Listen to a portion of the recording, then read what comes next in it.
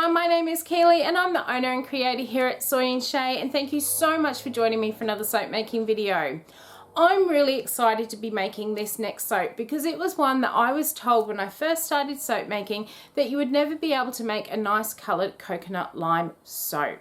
So I'm not one that likes to be told I can't do something. I will still give something a go if people say it's not possible, just to prove it to myself. And that's exactly what I did this time round, and I'll explain a little bit more about that in the video as we go along. So let's go make some coconut lime soap. Okay, so let's get this soap done. I am so excited to be actually making this soap, but more on that in a little bit. I have got my oils in here. They have come to room temperature. I am going to very slowly pour my lye water solution down my stick blender just to stop it from splashing back up at me. I'm then going to mix it up till they all just come together or to an emulsion, and then I'm going to split it out for a little bit of colour.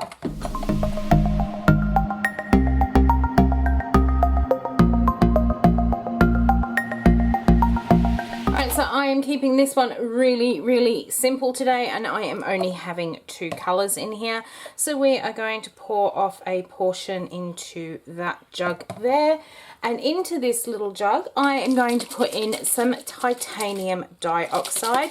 Give that a nice mix just to make sure none of it's stuck to the bottom of my bottle there.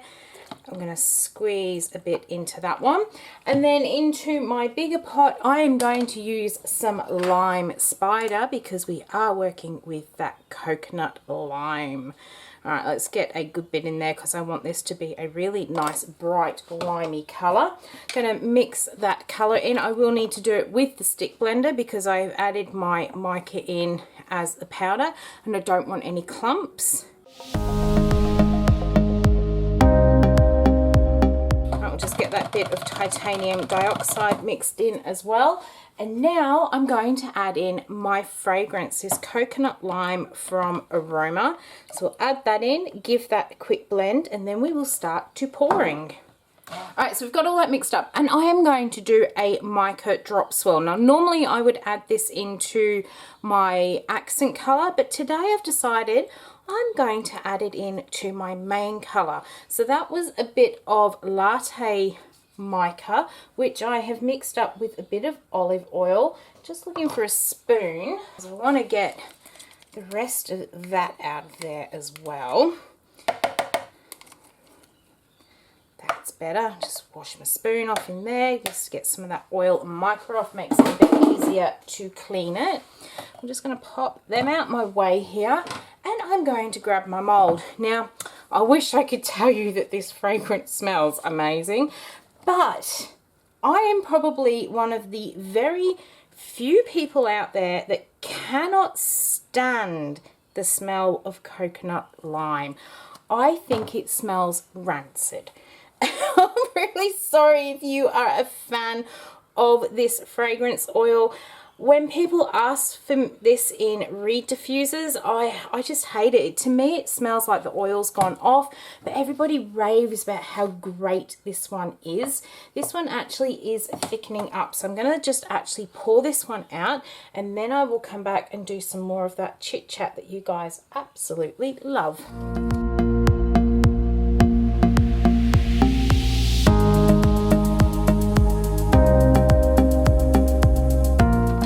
That bit in there. I'm just actually going to get my hanger tool in. This is a brambleberry one which I got from Aussie Soap Supplies.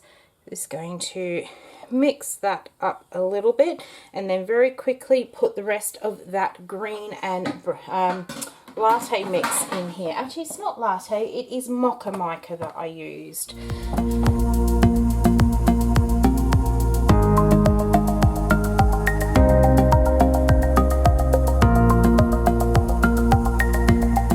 So I have just given that one a really good knockdown. That one did move quite quickly on me. There is a little bit of ricing in here, but from past experience I am not too bothered about the ricing because it does all just sort itself out as it goes through saponification. and it's not really going to affect it. If you get severe ricing, then you usually do need to stick blend it out, but this is very, very minor, so I'm pretty sure this is just going to actually sort itself out. In fact, I'm pretty confident it will. All right, the first thing I am actually going to do, just to add a little bit to the top of this, is I've got some bronze mica in my little sprayer here. Just going to spray the top of the soap. Just give it a nice bit of sheen and interest there. Alright, so originally I was going to leave this flat, but I'm actually thinking I want to add a little bit more to it. So I'm only going to texture the one side, and I'm just going to push this up to the top here, and that just gives this one side a bit of interest. And then we're going to put some embeds onto the other side of it. Alright, got soap all stuck up the side of my mold. All right, let's get that cleaned up there. Keep going down. This is going to set up really quick, hard and fast. All right, so that is looking good there. I am just going to give that another bit of a spritz, just so that some of that bronze mica can highlight the ridges that we've just made there. And then to the other side, which I have left flat, I am going to put these little coconut embeds that we made in the midweek video. I'll leave a link up in the top corner so you can see how I made these ones. I put some little flecks of biodegradable green glitter underneath some clear melt and pour to make it look like there was some lime bits inside the coconut. What I'm going to do is take 2 of these coconut pieces, and I'm just going to lay them onto the top of my soaps, making sure I stay between my cut lines here. Alright, so why am I so excited about making a coconut lime soap? Now, back when I did the Japanese cherry blossom soap, I mentioned that I like to do at Christmas time gift sets where I have a matching soap and moisturizer. Now, one of my best-selling scents in my moisturizers is coconut lime, and coconut lime is one of those fragrances I was told when I first started soap making, you cannot make a coconut lime soap without it going brown.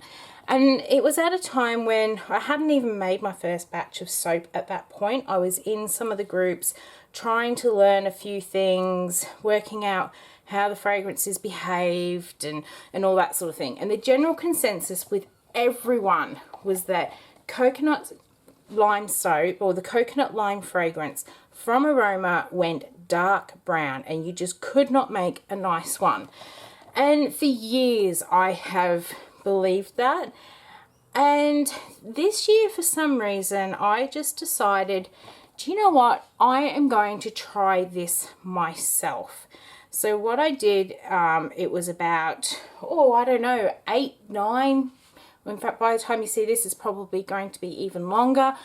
But it was about 8, 9 weeks ago, I decided to make some coconut lime samples to see what happens with the colour. Now that, I did put some titanium dioxide in, and you can see it's got a really nice tan colour, which I'm not bothered about, because do you know what? Coconuts are not necessarily that bright white colour when you cut into them. They can have that sort of tannish look to them. So I figured if that's looking only at that colour, and it hasn't changed any more over the last few weeks, it has stayed that constant sort of colour, I figured if that is the worst that the soap is going to turn, do you know what? I'm going to make coconut lime, and I am going to fragrance the white part, as you saw that I did with this one.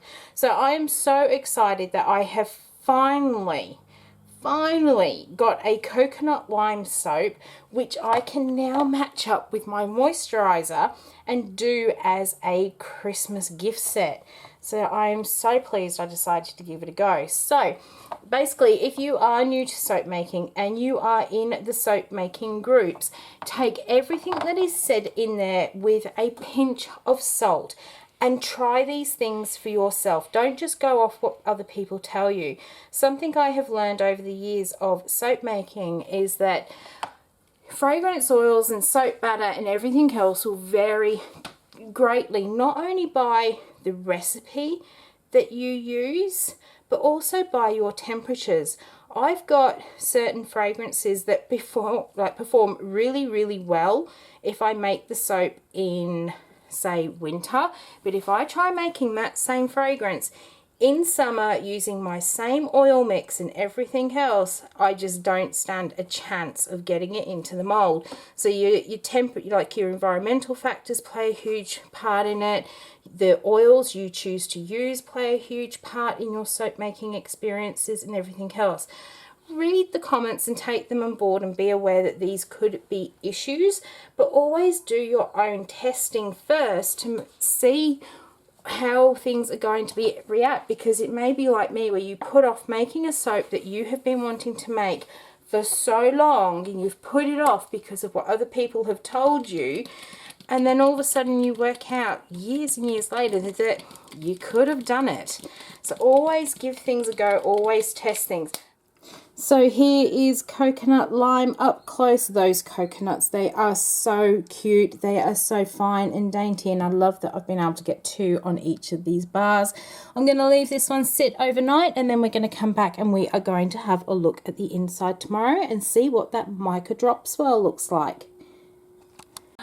So coconut lime is now all set up and ready to cut. Even though the top looks a little bit dull, look at the color of that green on the side. Can't wait to see what this one looks like on the inside because of that mica drop swirl that we've done. Those little coconuts, they are so cute as well. I'm going to get this one lined up so we do the least amount of cutting damage as possible on these coconuts. And we are going through.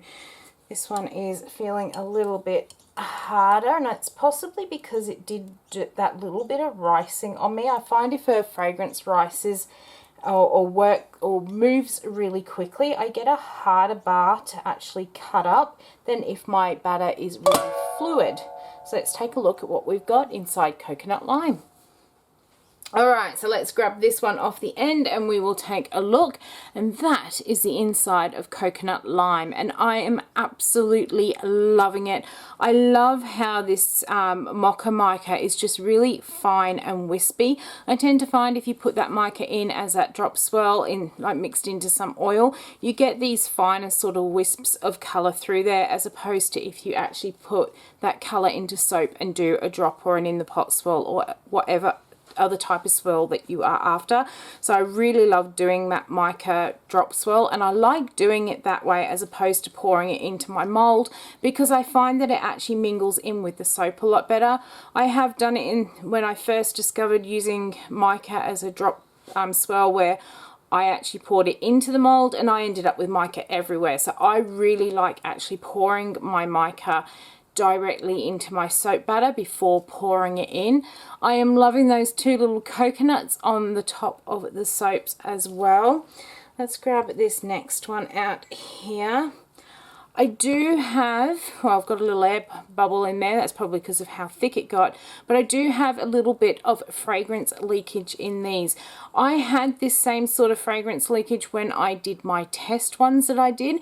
And I thought it was going to be a bit of a write-off to use this fragrance oil. But I noticed after a week of them actually sitting on the curing rack, all of that fragrance reabsorbed back into those test ones. And the other thing I noticed was when I first poured the coconut lime, the fragrance seemed to disappear, but by the time it got to the end of its 4-week cure, that fragrance had come back again nice and strong. So this is the aroma coconut lime that I am using. So if anyone else here in Australia is curious about whether you really can or can't use it, you can. It does go a creamy tan color, but it's more of a coconut color anyway, and you just have to be aware that it does move a little bit quicker and that you do get this fragrance leakage for that first sort of week until it all reabsorbs. I am absolutely loving the colors on this one. I can't wait to make up the rest of my Christmas packs to put these in with them. So some of these soaps will be available for separate sale, but some of them will be going into some little moisturizer gift sets as well. So I hope you have enjoyed watching how I make my coconut lime soap. If you did, why not leave me a thumbs up and any comments down below. If you've got any questions, I will get back to you as soon as I possibly can. And until the next video, I hope you have a great week and I'll see you then. Bye.